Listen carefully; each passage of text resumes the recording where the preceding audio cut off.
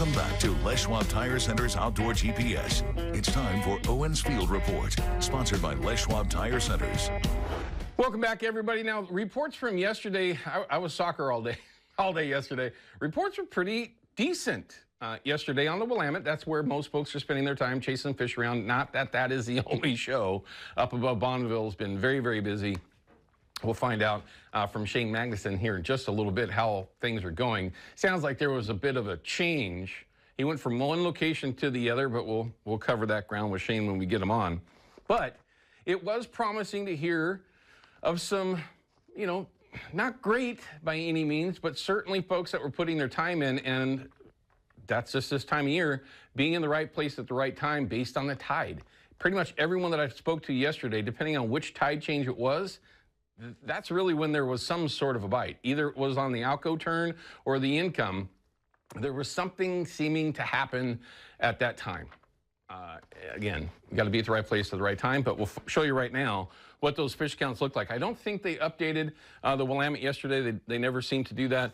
But at the very least, numbers have been somewhat consistent between 200 and 400 a day that have been going over. Looking at Bonneville, and you're going to see why folks are starting to clamor a little bit about, maybe a little bit more opportunity, but there is opportunity currently above, and those folks are certainly getting fresh shots of fish, either being the wind or Drano. And with 7,700 that went over yesterday, that really puts a big ball of fish in that lower section above Bonnie pretty quickly, and things can turn on pretty fast. And it seemed like that's kind of what happened this morning for Shane. But again, we'll get there in just a little bit. Turbidity, nothing to be concerned with there other than being very, very clear. Got a question about that yesterday. Is fluorocarbon really a thing? Honestly, in my opinion, for Chinook, is it really a thing as far as them being leader shy? To a degree, but if you can eliminate that from the big picture by just taking that out of the equation as far as them, possibly being scared or maybe seeing your line and then refusing your gear, just use fluoro. P-line fluorocarbon is, for a reason, the #1 selling fluoro around here. There's no question. Taking a look at the river levels, though, Willamette is expected by the beginning of the week, I almost said the end of the week, to start bouncing.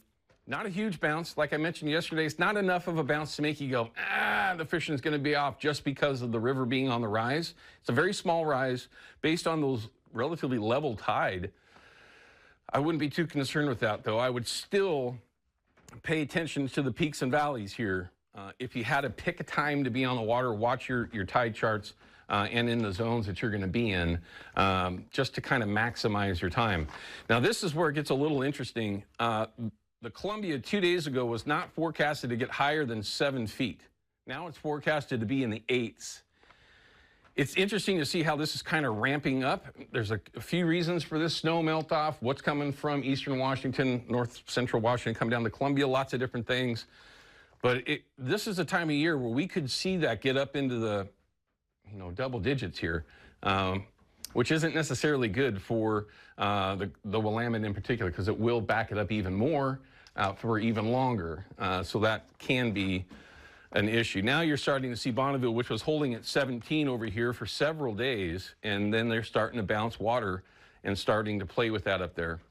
Again, the questions have been about how long this spill is going to go on, which is mandatory. It's a federally mandated thing to get smolts out the river. It's a good thing and a bad thing. It all depends on how you take a look at it.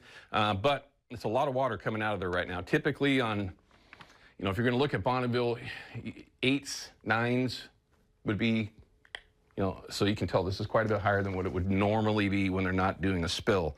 All right, let's go ahead and don't forget, bug Jason. Send him multiple emails. Just tell him I told you just to bomb it for him. Jason at Procure.com, and you'll have a chance to win that prize pack from Procure. And it is, of course, going to be all about Chinook out there. And that's what we're going to be looking at for a lot of options, except not too far down the road, we got summer steelhead and sockeye to look forward to on the Columbia. Let's cross our fingers that happens. Okay, let's check in with Drew Rees and find out what we can expect. And again, I know, Drew, we don't get a chance to see you much here on Outdoor GPS, but yesterday you brought a great forecast. What's it look like today?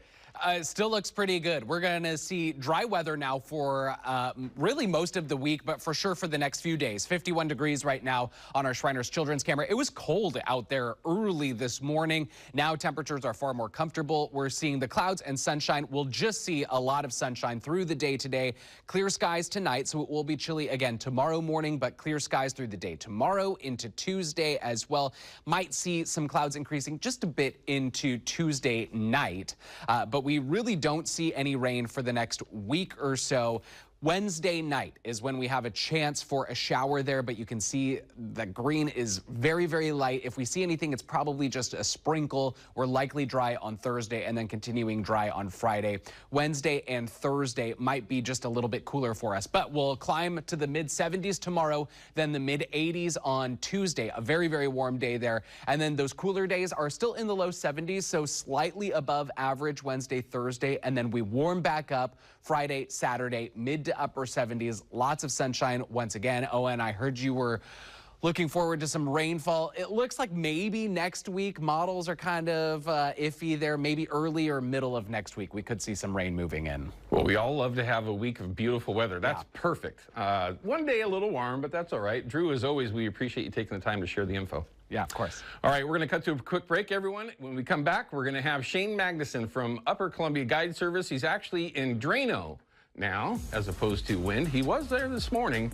We'll get the story as to why there was a move made. We'll be back in just a couple of minutes. Outdoor GPS is brought to you by P-Line, because we fish, by Hawken Fishing, perfection in fishing gear, and by Haxton's Canvas and Upholstery, the trusted name of the Pacific Northwest.